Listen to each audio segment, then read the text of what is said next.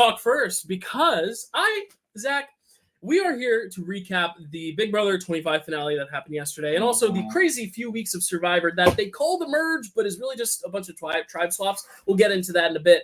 But I wanted to just open up by playing a clip that we actually played about a year ago on the day. Just take a quick look. My winner pick, which is hilarious because you put her in your bottom 5, is Taylor. I like Taylor. Wow. All right, so that's last year's clip, and now let's play this year's clip. You can go with your winner pick because I want to see who it is. Okay. Jag, baby! Yes, I love him. I love Jag so much. He seems the most chill. No one's ever going to see him as a target, but he's going to probably be part of every alliance. After the first viewing, him and Cameron were the first two where I was like, they could be a winner. But Cameron had a little more reservation just because, like, I just liked Jag more. So 2 years in a row, Zach, and I know you look upset, but come on, you predicted correctly the Survivor 42 winner, right? Zach Wardenberg? Oh, wait.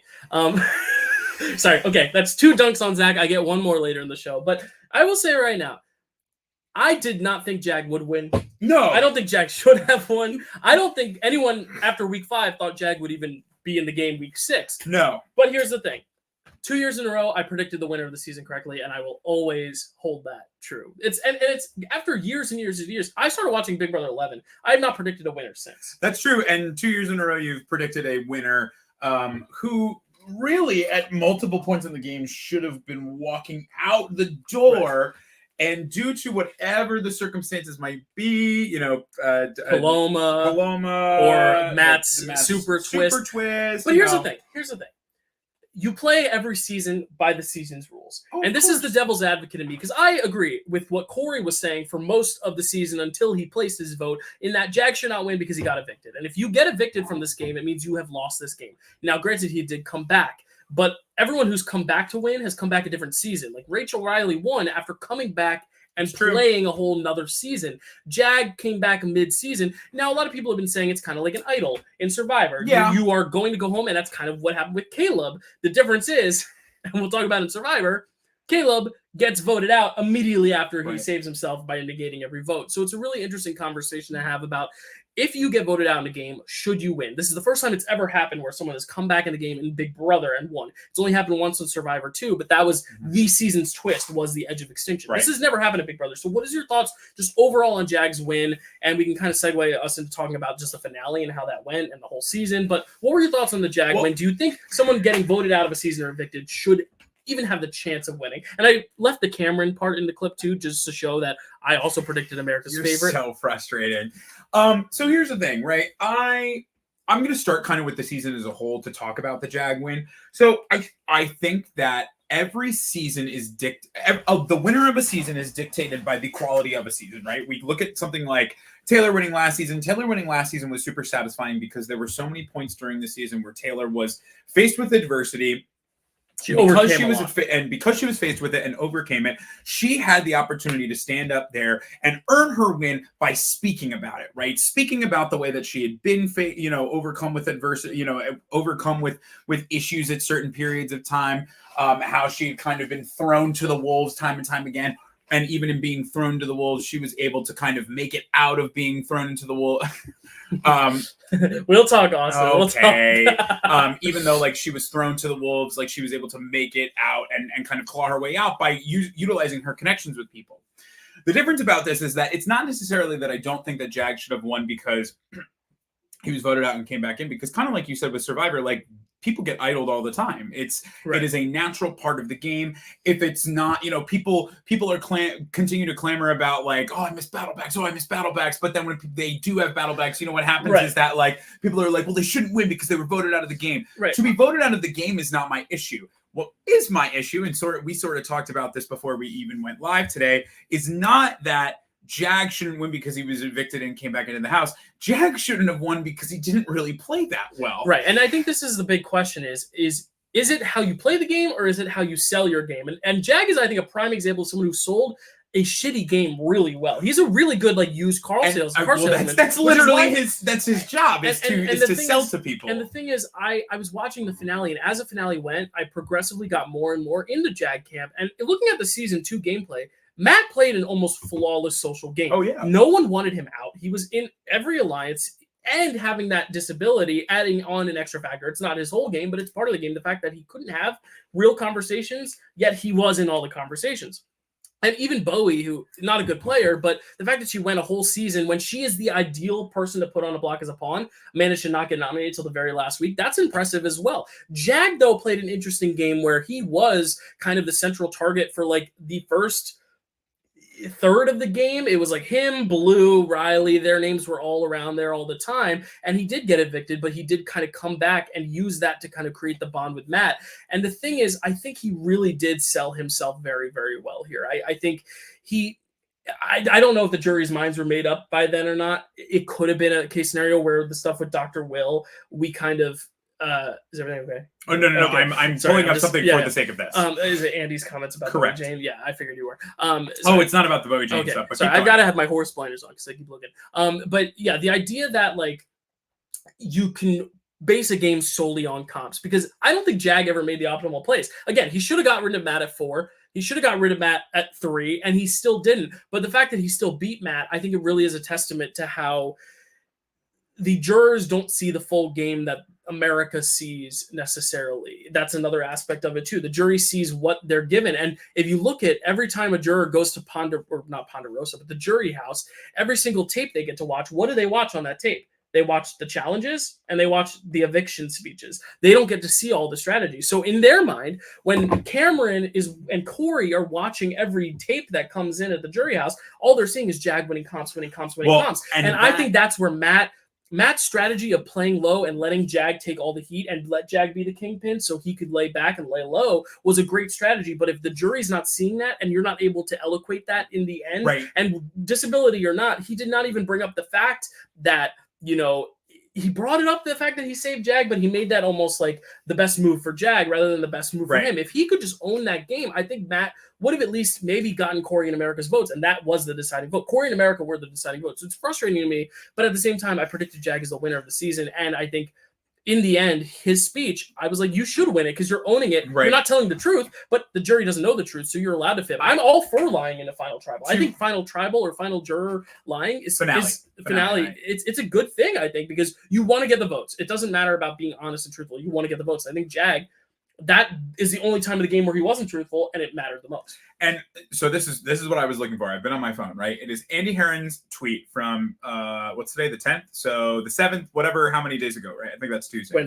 Tuesday, yes. Sorry, but if the same person wins 10 plus competitions in one season, your show is broken, just saying, right? And that was directly about Jag and directly about Big Brother. And I do think that there is merit to that. Taylor said that as well on the Felicia eviction episode too. She actually said it on air, which I thought was bold of CBS to let her on there to tell. Well, and I will say that's what I like about Taylor a lot, is that she's 100% honest about what she thinks about what's going on. It's not just like, oh, they're paying me a contract and I want to do it. My thing with it is like, I think there is merit to winning competitions, right? There is merit to holding a lot of veto competitions. There's merit to holding a lot of HOH competitions, and wins and things like that. But the problem is in the realm of what you're saying, right? When all you show people, like, I think this is less of a comment on, I think this is less of a comment on fixing your competitions and more so giving the jury a bit of an insight, like picking 1 or 2 DRs from each of the people left or a DR from someone left that doesn't reveal, as long as they're not coming back, and everybody knows that, like, potentially some DRs may be shown. And again, this is up to CBS. CBS they do a very good job at not revealing a lot of game information regardless. I mean, it's Julie's whole thing when she interviews, providing some sort of insight, not just to the competitor playing the different competitions, but to why maybe someone threw a competition, right? Because then you get the full picture, because when you only receive part of the picture, of course that picture is going to look the best. And Jag is never going to throw a comp because he knows that he was such target for so long. Whereas someone like Suri, granted, Suri's not the best in comps. She never was on Survivor either. But there's an element to, like, look at the competition that Matt won at the final 5 to get Suri out. Right. Suri was a second place in that competition. Like, I think these competitions, I think a lot of people are getting hung up on the fact that it's like these competitions are unfairly biased towards certain people. But I don't necessarily know if that's all 100% true, only because if Heisem, Cameron, and Jag were all there for the final 7 and on, I think they would have traded off competitions. I think the thing that Jag did well was that he made sure that Hisam, and this wasn't his doing, but Hisam went out so early so then Cam could be the comp piece. And when Cam went out, then he could be the comp piece. I think Jag, his best move, and it wasn't even a move really for him, but the best thing about Jag's path to the end was that everyone who was a comp threat ahead of him was a shield until they went home, and then there was another shield, and then by the time they went home, he was up against Felicia, Suri, and America, who couldn't win comps, Blue, who only won one comp, and it was a comp after Jag had already won another comp, and then Matt, who he was working with. I think that's the difference that some people aren't seeing, is that yes, you're winning all these comps. Is it a little unfair? But there were also question comps that Jag won too. I mean, Bowie Jane, she won 3 competitions. It was all the put up a number and guess on a tiebreaker. So these competitions can be won by other people. I just think all the best challenge competitors, Riley wins in HOH, Hisam wins in HOH, Cameron wins in HOH. They're all out in the first half of the game.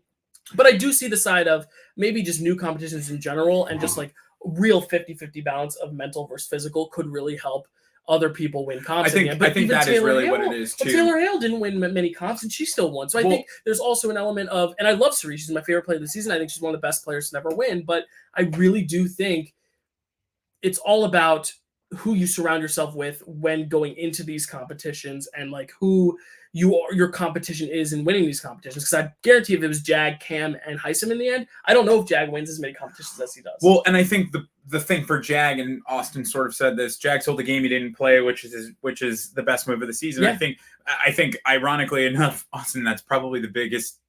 I mean, that's the most true statement I think anyone could say. Yeah, because he did not play the game he talked about, but at the same time, because people played that game for him. Like the game he speaks about is a game that other people played, but it's not one person. Like it's not just Suri's game. It's not. Suri ran the pre-merge. Cameron kind of shook things up, and then I would say Jag and Matt dominated the end game. But at the same time, a lot of it was just other people doing the dirty work for Jag, and there was a big question of like the goodbye messages, why you would wait till the goodbye messages to own up to it. And I thought he had a really good answer for that, being that when you're in the house, nothing is final. And especially this season, when we saw, like, Nicole was not going to go home that week at the beginning of the week. No. At the end of the week, she was. Felicia and Izzy. It was supposed to be Felicia. Then it ended up being Izzy. Even Riley, there was back and forth. Is it going to be Riley, or maybe we should get out Cameron? The thing is, this house flipped so much at the very end that I think Jag saying, I didn't want to say you were safe or you were going home if at the very last minute it would switch. I think that was actually a valid point he made. And I think that honestly made the jurors go, yeah, you're right. If I was in that position and I literally told Corey, let's say I told Corey he was going home and then he stayed, then you're in a bad position. And I don't necessarily know if that was true or if he was just being cowardly. But the fact that he maybe took his cowardice and made it a plus in his game in the jury statements, I just was really impressed by Jag's jury statements. I think that overall, the fact that it's a 5-2 vote, 5 for Jag, 2 for Matt, and the 2 people being Suri and Felicia to vote Matt is very telling, because those are the 2 people who had the best read on the game pretty much the entire season. Right. So that, if anything, what the problem is, one of the things Felicia says before she leaves is, I'm going to use my influence, and it ended up she didn't have an influence. Or at least she might have had one while they were in the jury house, and then when they got there and they listened to Matt speak. But I think I think this is also a problem, is that they get to speak so much in the jury house, they get to speak so much at the round table, they get to ask these questions, but then they don't get an opportunity to talk. They have to ask a question that they already know the answers. Because the jury questioning, and I forget who, I think Matt Chapman, Jose Framework, texted me this because he's been watching through the older seasons in order, and he's at 15 now, which God bless. That's not the season to watch. So he's going in order, so he just finished 14, so he's on a high. But he texted me, he was when did they decide to just collectively decide on the jury questioning? Because I think the merit to something like Survivor in the original phases is that each juror got a question they could make personal. You could be personal. You could give a speech, and now it's just like a collective set of questions that the jury has to answer. I don't love that method either, because it's like it doesn't necessarily give an opportunity to really dig into one player's gameplay, and for better or worse. There's not an opportunity for Suri to tell everyone, hey guys, this is why Matt should win, be a champion for Matt. And now the thing is, there is that moment, and that's with Dr. Will. And this year, I don't know if it was the editing of it or if Will was smoking something when he said that this was the most intellectual jury meeting he's ever had. But we didn't see any of that. We just saw And this is where I'm wondering if something changed in that conversation that they just didn't show us for suspense reasons. Right. But there's must be a reason that going into there, Corey and America were 100% Team Matt, and then on finale night they vote for Jag. And I don't necessarily know if it's his jury speeches because I feel like they had their minds made up. Because when Jag was giving his jury speeches, Corey was sitting there nodding. So I feel like Corey's mind was made up when he got there that he was voting for Jag. So the question is, what switched, and why wouldn't they show us the switch? And I think that has been my biggest. If we're just talking the season in general, the biggest critique I've had for this season is the fact that what we see on the feeds is not what we're getting on the show. And so much so that Mimi commented on it. Cameron was a hero to everyone watching who didn't watch the feeds. If you watch the feeds, Cameron's the biggest villain. And not for the reasons that he's devious, but the reasons that he just did really questionable, sketchy, icky things. And I think that's where the separation comes, where it's like, you have to edit your show properly to give us the full picture. And I think if they had given us that full picture, even if it spoils the fact that the jury was leaning Jag, at least then we, the viewers, would be like, oh, that makes sense. Because now everyone thinks it's all Jag's jury questioning that made him the winner. When in actuality, I think it was the Dr. Will sit down. It's just we didn't see that switch, and I wish we had. And let's also now call a spade to transition a little bit, because we're really just talking about the season. We're talking about finale, but we're also talking about season. Dylan, 100 days, good or bad? Bad. Awful, Dan Giesling won awful. the game in what, 70? You don't need 100 days. You don't need an extra month. And you know what? Like, I think the idea was to pull, and this is something that we said preseason, right? We said it's 25. They're looking to pull out all the stops. They're looking to do something big. And a lot of this, I mean, like, and again, we talked, we kept updated, but like, I love Big Brother with my being. Oh yeah, we both did. I was so bored. And like, I feel it wasn't for the last 30 days. It wasn't because of the content. It wasn't because of the content. It wasn't because of any. It was because I was like, oh my God, it's November and I'm still watching Big Brother. Right. And it's also, maybe it's because of the writer's strike. Maybe it's because, of the timing and things like that. This does not feel like Big Brother season. And now in less than a month, we're getting more, which is not a bad idea. And we'll talk about that in a sec. But I also think naturally the last stretch of the game from final 6 to 1.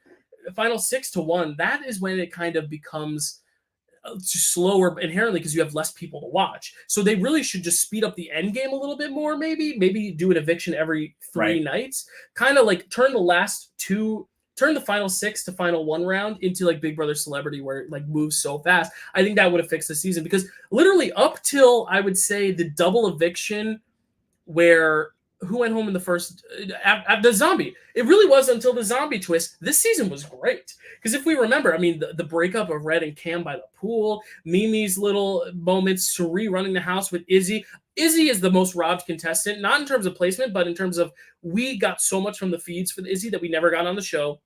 Because her on the feeds was so excellent, so much energy, so big. There's a reason she got cast that we didn't see on the show, because she on the feeds was gold. Corey in America, again, the show somehow under editing the showmance to give us in the finale when Julie goes, we got to talk about the showmance and the elephant in the room, Riley and Matt. And I'm like, Riley and Matt, I get it. It was cute. She wrote him the HOH letter. But even in the past few days, Riley has moved from Team Matt to Team Jag on social media. So it's like, why are you spending time focusing on this when you can focus on other things? And I know he was a pain and drove people nuts, but I really think Jared going home was the pivoting point of the season, because I think Jared and Cerie's dynamic, whether you rooted for them or rooted against them, there was intrigue to, oh my God, I wonder how they're going to manage around this. And Cameron, as much as he's icky, did shake up the season by getting rid of Izzy. I think that was the turning point. And then everything from like Cameron's eviction on, it just, or the zombie twist on, it just felt a little stale because it kind of just halted the season in its tracks. And I think it's because it was so long and they needed to drag out the time that they needed to do 2 battle backs, Jag coming back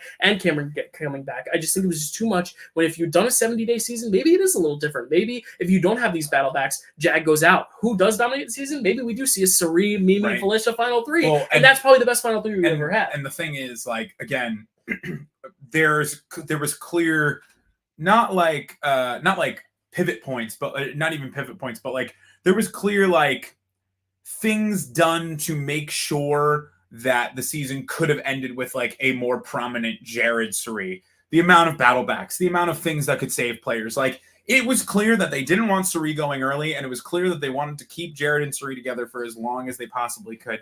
The problem is, you have these opportunities to like, those twists are how like Jag stays in the game and he wins. Those twists are how Cameron is actually the person who benefits the most from them and is saved and then wins the veto and then goes out and then he comes back in. Like, it's one of those things that over and over and over again, like you have to take a look at in terms of a season and go, A, we didn't need 100 days, but B, with all of these cool twists, I mean, have one twist, but as production kind of like place it where you think there's a point Jared goes home, or like give Jared a purposeful secret power. Just give it to him. Or at least lay it out for the audience so that way they're not like, oh, that was fixed. Because the moment where the zombie twist comes in is right after Jared and Corey have that fight. And it really felt like production was putting that in there to save Jared, when in actuality, if you look at the production notes, someone posted them, that was planned from the beginning, that week 7 would always be zombies. Right. So I think if you tell the audience, this is what's going to happen this week and this week and this week and this week, maybe we as the audience are like, oh, so they don't know this is coming. Right. That might make it more interesting. And it's kind of like having a show spoiled before you watch it, but it's in the way that we're not getting necessarily spoiled at who it's going to be, but like that we know some big twist is coming. Right. And maybe if they have it all happen early, like what if they do a week 1 vote where they're like, America, based on preseason, who would you like to get this power? And I get that's kind of what happened with Paul on 19, so it might be tricky. Suri might have won it, but I like how they did it this season where they had 4 people competing for it, but rather even than if just giving it to someone. Even if they have it where they do this voting before Suri even enters the game, Right. I think that is the most important thing. Suri was always going to have power coming into the game because she's played before. Mm-hmm. Not Survivor, regardless of but whether her son was there, and that was even more of a disadvantage. And it was more of a disadvantage, but it was also early on it is an advantage because if they have to keep it quiet, sure, but it's almost always a guaranteed number. But it ended up becoming a disadvantage, and she worked around it extremely well. Like I think who was I talking to? I think I was talking to our Erica Morales, who I was talking to, and Erica, I mentioned Suri, and I was like, oh, I wish Suri, and she who has watched Survivor forever, she knows Suri. She was like, I don't think Suri is a good Big Brother player, and the thing is, I kind of am inclined to agree that she's not specifically a good Big Brother player, but she's a great reality competitive player, right? She these types of games, a social magic, right? She is a social magic. It kept her in the game for a really, really long time, but she had, it's one of those things where like she had cushion to say, oh, Jared was giving her information. She always was going to get that information. Do I think that she was going to be able to get that information regardless whether Jared was there or not? Yes. 100%. It would have been more impressive to watch her get it on her own without him. And that's frustrating. You bring someone back, like, you bring someone to the game, like, she's not even coming back. That's the thing. Everyone treated her like a returning when she's not. I mean, she is playing this game for the first time, but I think there is, an idea of you play this game so many times. But I'm going to be a little bit of a devil's advocate here because I think Suri is the best player of the season, and I think it's because... Oh, I think she's the best player of the season by far. You said you were inclined to believe, though, that she wasn't a great Big Brother player. That doesn't mean that she's not the best player of this season. So you think no one's a good Big Brother player this season. Okay, but the thing with Suri, though, is I think really, once Jared left, that is, I think, where we saw the most impressive Suri. Because Suri was rallying the troops, but she had Izzy, who knew who she was and who knew who Jared was. Jared, by extension, Blue. But once Jared left... And only really Blue knew the secret, but that didn't really stop her from working with other people. Like, she really wasn't Suri's number one until her eviction week. But I really think Suri, the way she was able to navigate that, especially with Matt, was super impressive, to where it really took at the very end for Jag to say, oh, Matt and Suri are too close to take him out. And that's only because Matt, I think, has a more brotherly instinct than he has a motherly instinct. Mm-hmm. I guarantee, though, if Suri wins that HOH, or even if Jag wins that HOH and Matt is one of the votes or whatever, I really think Suri would have made the finale. I think Jag was really the only player willing to take that shot at her, because Bowie Jane was willing to take a shot at her, but she was always able to be swayed by other people. Forgot she was here. That's the thing, though. I think Suri has just shown in this season, especially with the live feeds, being able to actually watch her play, just how magical of a kind of aura she has around her, where I think she is a great Big Brother player because she didn't have to win any competitions. I think that's so impressive. I mean, we look at Dr. Will, one of the greatest of all time, barely won any competitions, through competitions purposely. Dan Giesling threw competitions most of the time, and then when he won, it was very conscious, and he almost had other people throw it to him to where he didn't come across as a threat. The types of players to win Big Brother without competition wins, Taylor Hale, another example, those to me are the more impressive players, because Jag, winning every competition, you were naturally going to have power. Same as Cody on All-Stars. And Cody also had the pre-gaming stuff, whereas I think Suri coming into this, yes, she had the pre-game advantage of Jared, but very quickly we learned that was a disadvantage to be able to make it all the way to 5, being a Survivor legend, and people knowing who she was too. Matt knew who she was. That is magic. And I think that's why, hopefully, what this season will be remembered for is that. And the Minutemen, I mean, it was a good, entertaining alliance. I don't think it's up there with the Hitman or Chilltown or anything like that. But, seeing a Final 2 make it to Final 2 is always kind of interesting. But yeah, like, I think this was a very much more entertaining cast entertainment-wise than it was gameplay-wise. So it's a little disheartening. Now, But Dylan, how do you feel about reindeer games? okay, so let's talk about reindeer games. So let's talk a little bit about this finale. The jury questioning, whatever. Jag has a great speech. Matt blunders. But then we get to the vote. The vote's happening, and then they reveal everything. The Suri Jared reveal was kind of cool, especially with Matt trying to guess it was Corey America. Dumb. You know, who do you think is really related? Corey and America. Why?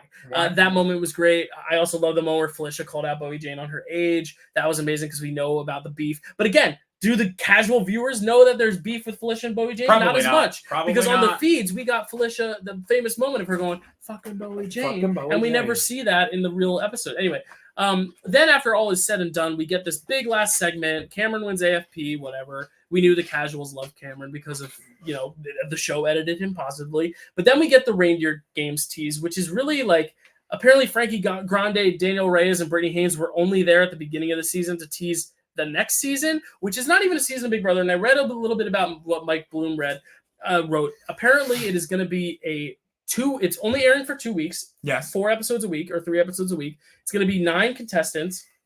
I think they're each going to play a series of 3 competitions, I believe. And then the person who is lowest at each competition gets evicted. And then at the end, the 2 remaining from each competition go into a finale type deal for $100,000. So it's all competition based. There's no strategy. They're not even living in the Big Brother house. There's not going to be live feeds. They're living in a hotel and they're going to compete in the Big Brother house in the challenges.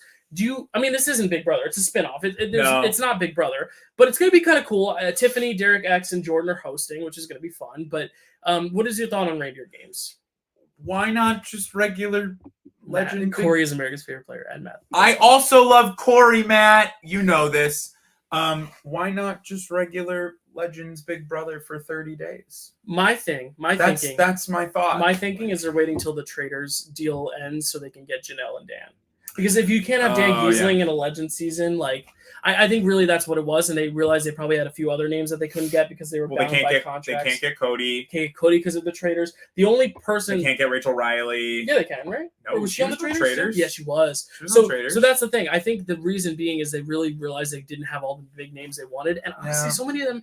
I don't think their egos will let them. I don't think Dr. Will's ever going to play the game again. I don't even think Derek would want to play the game. I really think they're so confident and set with the idea that they had such dominant wins that they don't want to ruin their reputation. Because look at some winners' reputations. Yeah, it's not. I mean, there was a certain winner who everyone loved after 18 who went on to play All-Stars, came in 3rd, and everyone hates them now. And I don't want to say it because Matt is in the chat. I know Matt hasn't watched those seasons yet, so I'm doing you a favor. I do. But let's go even earlier. Like, look at Boogie. Boogie is a felon now. So like the idea that like, and that's not right. You know, I but think, you don't want people to tarnish their reputations because they want to be known for being the best. And you see it on Survivor too. I mean, Suri, after her first 2 times playing, her 3rd time playing, she's idled out at the 3rd tribal her team goes to, right. And it almost ruined her reputation. Now she came back a 4th time and then kind of regained that reputation. Then she went on Traders, won it. Big Brother came in 5th, so obviously her reputation got ruined. But there's a potential that your reputation could get ruined. And I get why some legends wouldn't want to do that. So what my biggest hope for is that I really hope that like they utilize this as a way to get people to like want to return to Big Brother. Like, yes, I think that's what this is. I'm hoping that there's also like a social aspect to it. Like I know that they're going to be living in a hotel, but I'm hoping that like they get a common area to like sit and talk throughout the day or like do something to like, you know, if they all can gang up on one person as they play in like, you know, teams of 3 or whatever it is, if they can, I just think we need to be able, because I mean, again, and I'm going to try not to give anything away, Matt, because you're here. He's watched up to 14. Well, and you're watching 15. I mean, it's no secret. I mean, like, I'm going to name people. I won't say if they've won or not, because you can have winners and you can have non-winners. Like, I think, you know, I think this is actually one of the only times we'll see Frankie back, because Frankie is a competition dominator. Like, and again, that's not a secret. That doesn't tell you placement or anything like that for anyone who's not seen the season. Frankie Grande is a dominating competition force. It would be cool to see him back. This might be one of the only ways that you get some of those people back. Like we could see Victor, we could see, you know, but like maybe. And normally I would say you won't. This, you know, we could see Paulie, we could see. Well, my worry is that the challenge has already done this thing where we've seen so many people come back for challenge purposes that I hope they bring back some more like characters. Like I'd love to see Daniel Reyes back because I just love her. She's one of my top 5 of all time. But the thing is she ever going to win something like Reindeer Games that's all competition based? Probably not. And that's why I hope the competitions are a little bit more even. Because if it's just a competition based where Cameron from this season and then Michael from last season and Frankie Grande are the final 3 just because they're the best in competition. Did they say that they're bringing one from this season? And I think it'll probably be, unless they've already locked down the players and it's pre-jur, it's probably Heisem. If not, then it's probably going to be Cameron. See, but that's not a BB legend to me. Well, that's another thing too. Is like, are these legends actually going to be legends? And I think that's a big question. Even Michael from last season broke a record. Jag broke his record this year, but is Michael a legend? I think Michael is more legendary than Jag is because of his gameplay. Jag is a lucky winner. Jag is a lucky winner. Right, but are they legends enough to compete? Well, legends. So this is like, that's why I think they didn't do a legend season. You know who I want. You know who I want. I know, but he just did the challenge. So is it even that fun to be like, oh my God, Tyler's back? We just saw him on the challenge, and then his last Big Brother, he tried to quit. I think, but I think like the other cool thing is it does allow for an opportunity to kind of see some players who like we've either seen multiple times or we've seen maybe only once and they were at such a weird place in their life. Like I use Tyler as my example because Tyler in his first season is a dominating force. In his second season, he is absolute trash. On the challenge, he's great to watch. He's so much fun to have around. And then you bring him back for something like this. This is his reintroduction. Again, I looked, someone asked him like his, they all do their questions and stuff like that. And he did like, someone asked like, would you ever play Big Brother again? And he was like, I was good. I used to say no, but never say never, or something like that. Well, I also think that's now that he's single again, it's not. Right. And I think that's one of those things where he, bringing someone back like Tyler is interesting. Bringing back a Frankie is interesting. Bringing back a... Well, that's my question is what I personally would love, because we've seen so many of the newer people on the challenge, like we've seen Monty, we've seen Tyler. I would love to see them go back and like get Danielle, get June, get Drew, get Cowboy, get Jesse Goddard. I mean, Jesse's probably a lock if he wants in. Right. Like that's the thing. I don't like Jesse either, Matt. I know you're about to say that, but like the idea of like no one likes Jesse, but in the game he might be a fine person. But like the thing is, I would love to see them really. I mean, Jordan's hosting, which gives me some hope that they're really going to go back. I mean, even Brittany is someone we haven't seen since 14, which is so long. I think this is also a good opportunity to bring like Hayden back. This is how you bring. I mean, again, Enzo might come back. We don't love probably Hayden. Will, but like Hayden was supposed to be assumedly in All Stars. That was the rumor, and then he. Well, there are a lot of people room for All Stars too. So I'm hoping they get a good mix of old faces and new, and I also hope the competitions are a little bit more even to where someone like.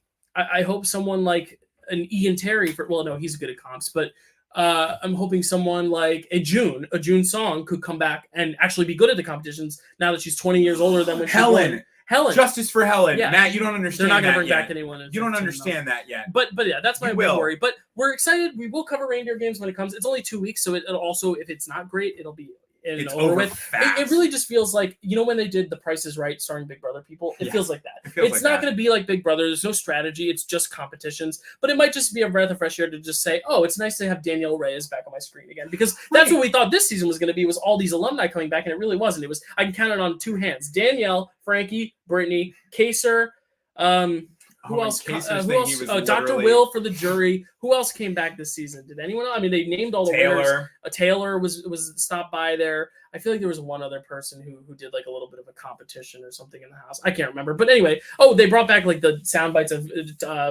what's his name? Turner and Jasmine, and then of course Jesse and Jordan. But again, like they should have integrated the history of Big Brother more. So I'm hoping Reindeer Games could just be kind of a like, oh, it's the holidays, let's gang them all up and put them against each other in competitions, and we'll see how it goes. But transitioning now, let's get into Survivor because we only have a little bit more time left. But Wild Survivor, I'm going to get the negative out of the way first.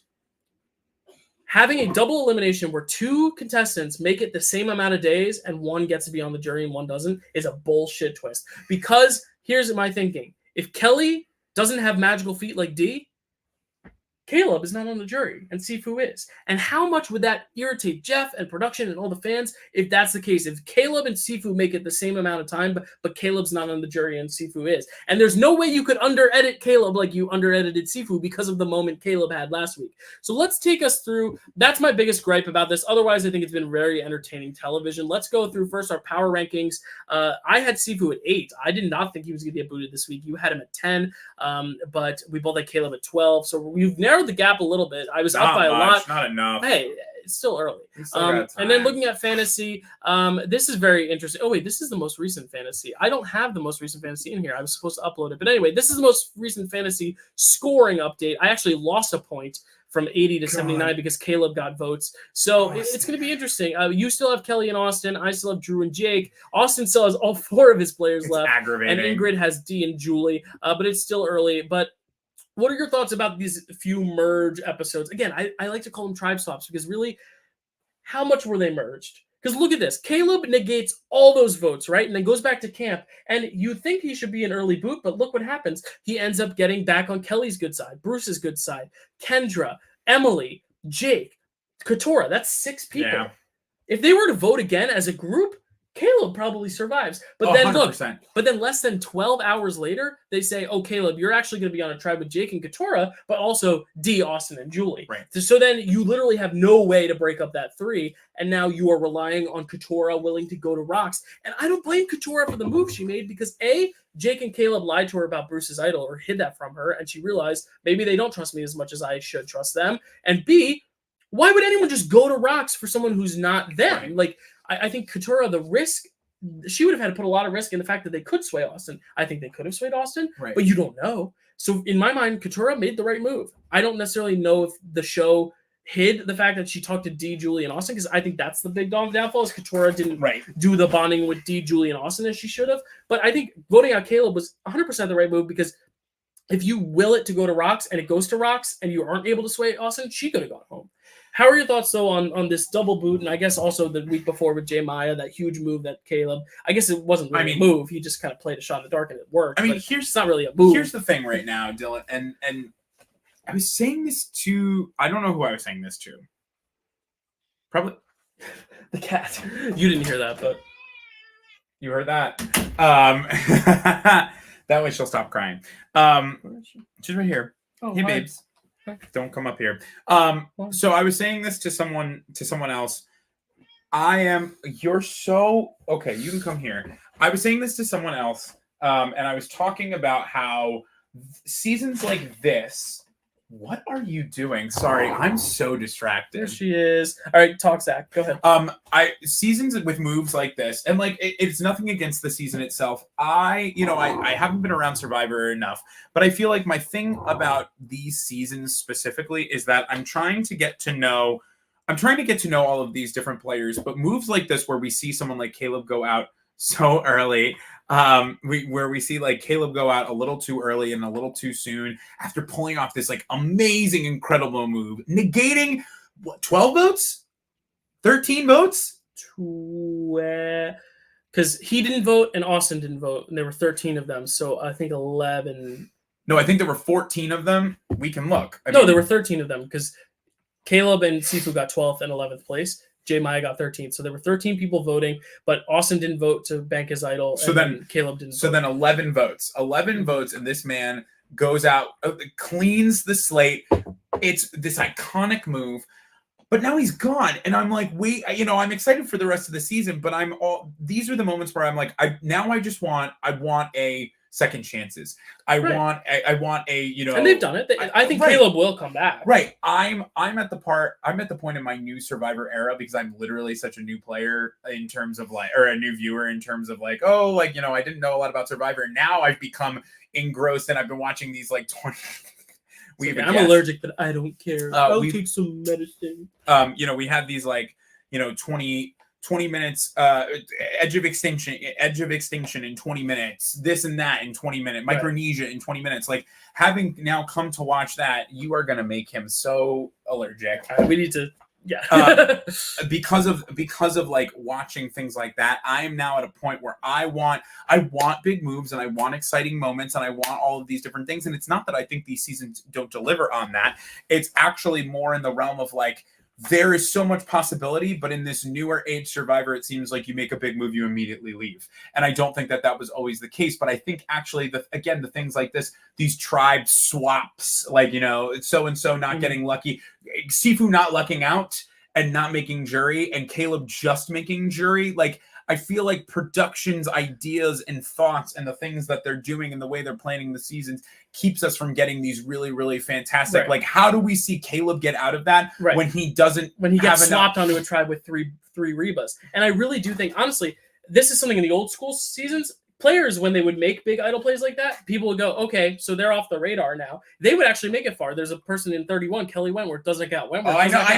I've watched it. It's so cool. So normally when you make a big move like that, you make it all the way. This is a rarity. This is something that we've never seen before, where Caleb makes this huge move and then the next week just goes out. Right. And honestly, I kind of respect the players for that, because honestly, if you let Caleb get to the end, he's going to win. Right, 100%. And so I think that's the right move. It's just from an edit standpoint and a production standpoint, like to split the tribes up immediately after that happens. I would have loved to see them all together, because also you deprive them of the Bruce Katora drama. That's the central storyline right now. Now that Caleb's gone and Emily's by herself and Lulu's gone, Lulu is no longer the big story of the season. It's Katora and Bruce. Right. And the fact that they have not been able to vote each other out yet, because they've been to 2 tribals each, right. but they have the first one, they were both safe because of the merge twist. And then the second one, they're on totally different swapped tribe splits. The fact that we haven't seen Katora and Bruce able to vote each other out, there's a chance Bruce went home this week and Katora would have had no say in it. Yep. That would have been so unsatisfying. So I think, honestly, production is shooting themselves in the foot by splitting things up, by doing all these random twists and stuff, when you should have just let it play out. I mean, Matt doesn't like Bruce here. I'll never forgive him for outlasting Sifu or Caleb. And I agree, but it's honestly really fun to watch this kind of person who's such a social pariah, like such a just has no concept of how much they're not fitting in with the tribe. But the thing is, what I would love to see, there's all this drama brewing. Just let it play out. Right. Stop splitting them up. Because look what happened last season. Matt ends up split without his bag, and he goes on because he doesn't have a shot in the dark to protect himself. This week, Drew didn't have his bag and could have gone home when he had the ability to leave tribal, but because he didn't know they were going to split and he was going to go to Lulu Beach, he doesn't play his advantage because he doesn't have it. Right. And then Sifu, listen to this. In an interview, Sifu said he would have played a shot in the dark, but guess what happened? He left his bag at camp. And because of this bull crap twist, he doesn't get to use his one shot to stay. Right. And what if Sifu uses a shot in the dark and Bruce goes home? That is amazing television. Right. But he doesn't have his bag because they did this twist where he had to go immediately to Lulu. I think right now they need to just let it play out. Trust your cast. Trust your cast, because this is an amazing cast. This is an amazing group of game players. It's a really amazing cast. D, Julie, Austin, and Drew's alliance, they're playing super well. I think Kelly's playing very, very well. Katora, despite being very single-minded on Bruce, has also been playing very well because she honestly made a good move for herself this week. The only people I think, and Jake is playing hard. He's not playing well, but he's playing hard. He's not getting what he wants, but he's playing hard. The only people I'd say who aren't playing necessarily well, Kendra, who doesn't feel like she has any agency, Bruce, who is everyone's number one enemy, and that's pretty much it. Emily's playing great too. Like, I really think this cast is playing very well, that you don't need to split them up. Let them just play on their own, because if they all just play, there's a good chance we see Bruce versus Katora last week, and it's this amazing tribal council, and we may still get it this week, but I just wish they just let it play out, because there's a potential. What if Katora and Bruce had both went home this week, and neither of them had a say in it? And now, here we go. Like, we actually have something to look at and look forward to, and I feel like it's not that we don't have anything to look forward to, it's just you want to have something to look forward to. I'm making my rankings as we go. That's why I'm ignoring this. But you want to have something to look forward to, but it's hard to feel like you have something to look forward to when at any moment they can kind of just change the narrative for what needs to go on. You know, like the Bruce Katura narrative is so interesting and so exciting, and it would be amazing to actually just watch it play out. But I feel like we're not watching anything play out. I feel like we're watching like, okay, I feel it, and now we've stopped. Okay, we're back again, and we're back again. We have to stop. Yeah, they haven't truly merged. They haven't, because the first merge vote with Jay Maya went home, half of them were safe. Yes, they all voted, but half of them were safe. The second one, they were split into 2 groups of 6. That's a tribe swap. That's not a merge. Now, this week is finally where we're going to get the merge, I would say. And I'm interested to see how it'll play out. I'm not sure. We're going to have to put our rankings together. I'm also doing it on the fly as we go, and I'm trying to figure out who I'm missing right now. There are 10 of them. There are 10 of them. I'm just trying to see. I'm going to put them there. I'm going to put them there. I'm going to put them there and them there. Okay, I've got my ranking. You got yours ready? I think so. Okay, let's get through our rankings. My number 1 is obvious because this person has only one more week to play this advantage, and it's Drew. Drew, this is the week. It expires this week, so any chance of Drew going home this week would be his own stupidity, or if they throw another twist and make him leave his bag at camp again. But if he has his bag and he has his advantage, Drew gets to leave tribal council whenever. Now, the question is, there are 4 Reba and Emily, right? There's 4 Reba and Emily: Austin, Dee, Julie, Drew, and Emily. And there's 5 Bello. If Drew leaves Tribal, Reba's at a disadvantage now. Do you think Drew stays at Tribal and risks his life in the game just to make sure that they have a force? Or do you think they actually got Katora and it's really going to be a 6 versus 3? I think if they try and navigate the vote onto Bruce, then they have Katura. And I think that's huge for them. I think even though Drew has it, I don't think he uses it. I think because here's the thing, he uses it and he leaves, he's just extending his life another day, not extending his life to a good point in the game where he can win. Okay, so but I still think he has the same. Who's your number 1 then? It's Austin. Okay, Austin's my number 2 because he also has an idol, and as soon as Kelly goes, he'll have another. And idol. Also, Drew is my number 2. Yeah, so they're safe. They're fine. That whole Reba group, that 4 should be able to dominate. Right? They really should. Because they have Emily now, and they supposedly have Katora. Because honestly, I think the best move for Julie and Dee this week, as much as we, the viewers, hate it, getting out Caleb now is awesome because now you secure Emily. Emily is now with the Rebas. She's not going with the Bellos. She's going with the Rebas. So now you have this 4-person alliance. You have Emily. And now with that move, you also have Katora, who hates Bruce. Yep. That's a 6-person alliance. I really don't necessarily know how Jake, Kelly, Bruce, and Kendra are going to crack that.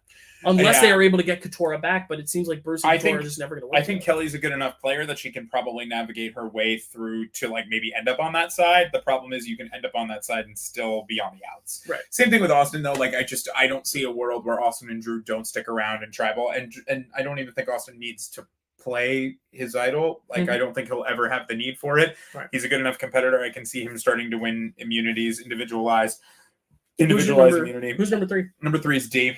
Okay. I think Dee again. I think Dee's just along for the ride. I think she's along for the ride. They have the numbers. There's no reason why she should. There's no reason why she should go out right now. She has the numbers. My only worry, I have Dee a little bit lower, actually a lot lower, because everyone this episode was kind of talking about Dee knowing she's a threat. And I think when people realize you're a threat this early, I think that's honestly what did Caleb in. I'm just worried Dee is emerging as a threat a little too early because she is running that side. Yeah. Drew and Austin are indebted to her. Julie's indebted to her. And now they've seemingly got Emily and Katora now. So it's like, the question is Dee going to stay out as a prominent threat? Also because she won immunity.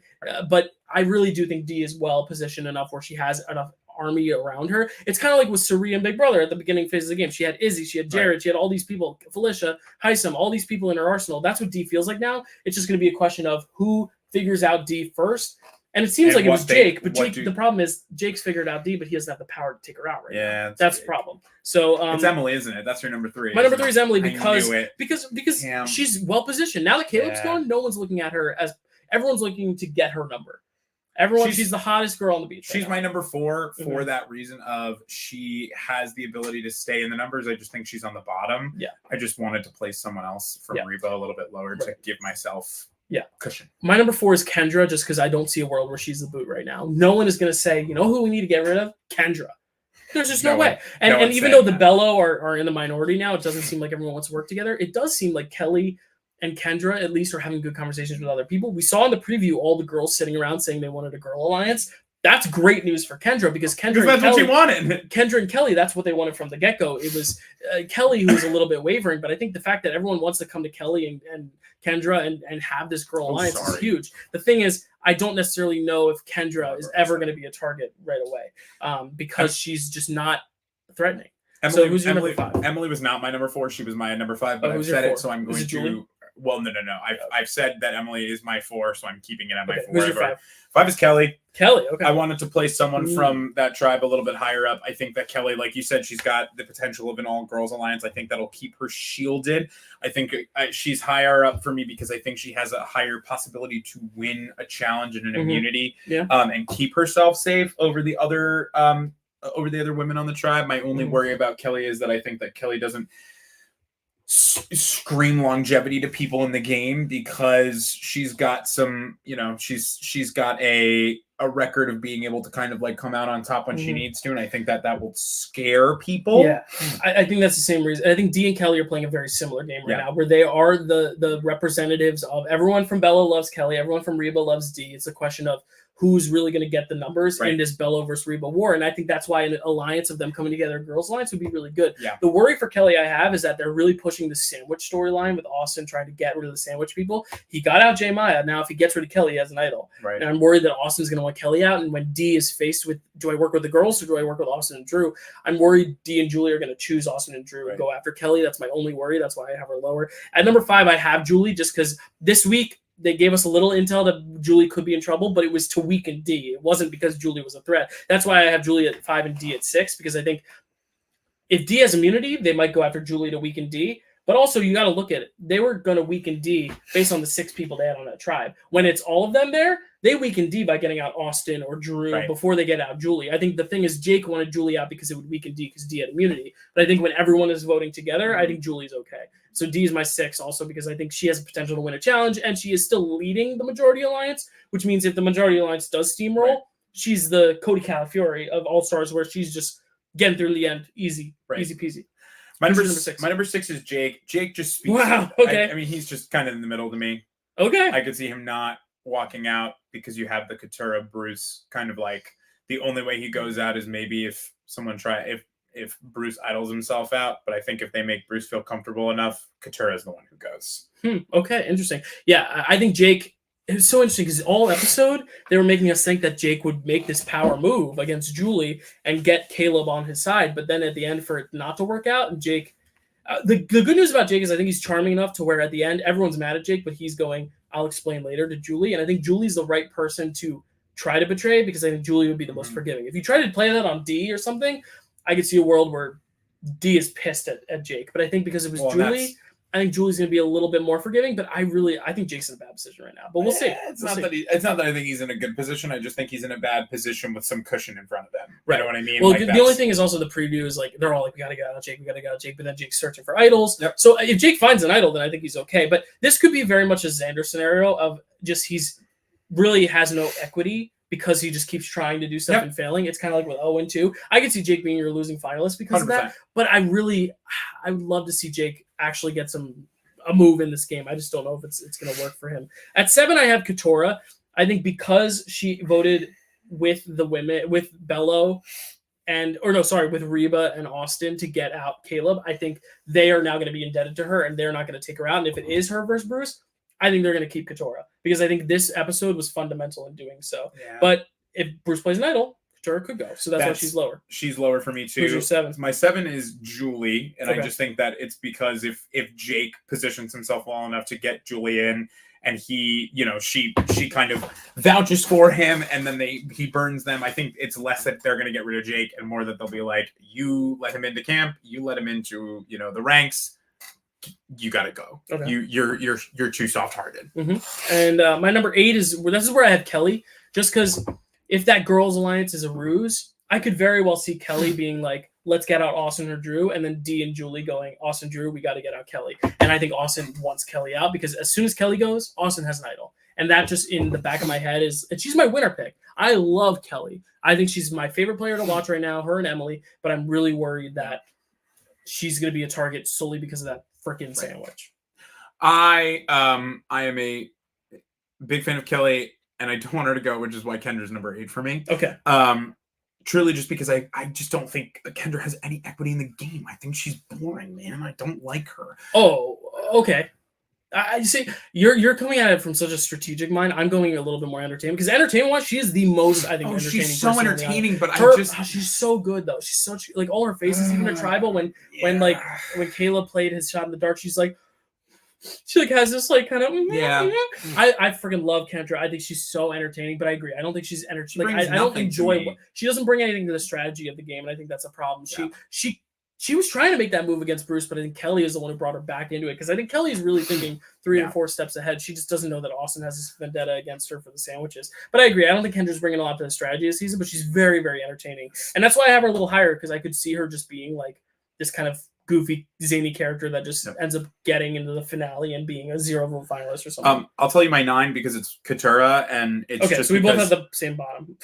Yeah, I think that there is a world where Katura kind of finds her way into the All Girls Alliance, but the minute that Bruce pulls out a hidden immunity idol, I think it's over for her. Yeah, that's my only worry too. Yeah, because if Bruce is voting Katora next, 100%. So it's really going to be a matter. This week is going to be: are they able to have Bruce flushed out with an idol in his pocket, or does Bruce play an idol and Katora goes? And I'll be quite honest, I think he's going home with an idol in his pocket. That's why we both have him at 10. Probably. Because here's the thing: I think Kelly this week was big on I need to keep Bruce as a shield.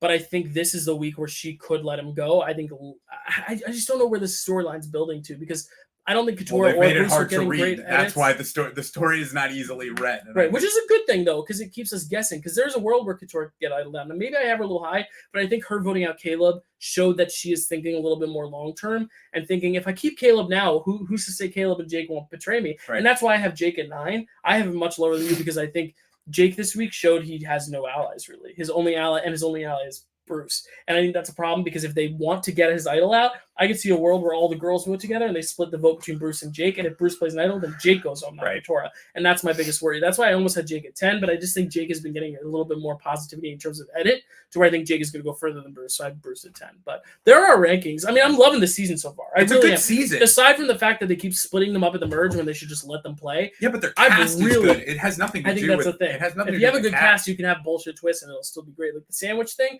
I think they easily should have picked the sandwich because immediately, if you pick the amulets, you're going to eventually put a target on your back. And that's why J Maya, Caleb was so quick, or I guess everyone was quick to vote on her because Austin wanted her gone because of the sandwiches. And that's why I'm so worried about Kelly because I'm worried that Austin wants that idol so bad that they're going to vote out Kelly just to get that. I don't know. Even though he doesn't need it right now. Do we think anyone but the Reba 4, anyone outside the Reba 4 can win right now? No. I'm starting to think that too. I'm starting to think also of that Reba 4. In a weird world, honestly, I can't believe it, man. But what? Okay, here's a scenario: if the Reba 4 and Emily go to Final 5, and Emily, Austin, and Drew vote together against Dee and Julie, that could happen. I actually could see that. I could see a world where Emily wins, but I really don't think anyone from this Bello group wins. I just think they're setting it up for that Kelly's going to get taken out by Austin because of that idol thing, and then I don't see a world where Bruce or Katora win with their edits, and I also don't see a world for Kendra or Jake just because I think they're more there for character than gameplay because everything Jake's been trying hasn't worked, and Kendra just is there mostly as character. Yep, I agree with you. So there you go. So that's our recap, our very lengthy recap. Our voices are tired because we also had to get on an hour-long stream before this for something else. So it's just like we've been talking 2 hours nonstop, basically. It's true, but it's good though. Yeah, all good. A under good day. an hour. Dylan, not too bad. What's Dylan, up? who's got your recipe for reality? Your recipe for reality this week. I'm gonna go with D because I think this week getting Katora to flip. Dee was able to keep her numbers of Julie and Austin. Drew didn't go home, so now she got Drew. Drew's got Emily. She's got a 5-person alliance going into this next round, and she had that storyline about her foot in episode 2 come full circle, and she won a challenge because of her big toe. So I'll give Dee and her big toe the recipe for reality this week. Who's your recipe for reality? I think I'm going to give the recipe for reality to AmeriCorey. Yes. The showman's. The showmance that maybe no one wanted, but the one we deserved. Yes, and it is the better showmance of the season. Don't let Julie Chen or anyone else tell you otherwise. It's true, and I hope that they live good. Corey, Matt, if you're still watching, I know you're not, but when you go back and you watch this later, Matt, when you go back and you watch this later, just know the real win of Big Brother 25 is that we got Corey Wurtenberger, and as far as I'm concerned, that was enough. Yes, and Corey, if you're watching this, you want to come on here and do an interview, we'd love to have you. You should. But thank you all so much. You took me out down here on the socials, Zach down there on the socials. Yes, it's going to be the Twitter bird because I'm not changing it to X. And stay tuned. We'll be bringing back some more Survivor content and some Reindeer Games content in December. And we already talked to Zach's wife, Rachel. We're going to do a big Dancing with the Stars recap at the end of that season, so that'll be fun because some crazy shit's going on there, and that deserves Get out, Harry! So thank you guys so much. You can go with your winner pick because I want to see who it is. Okay. Jag, baby! Yes!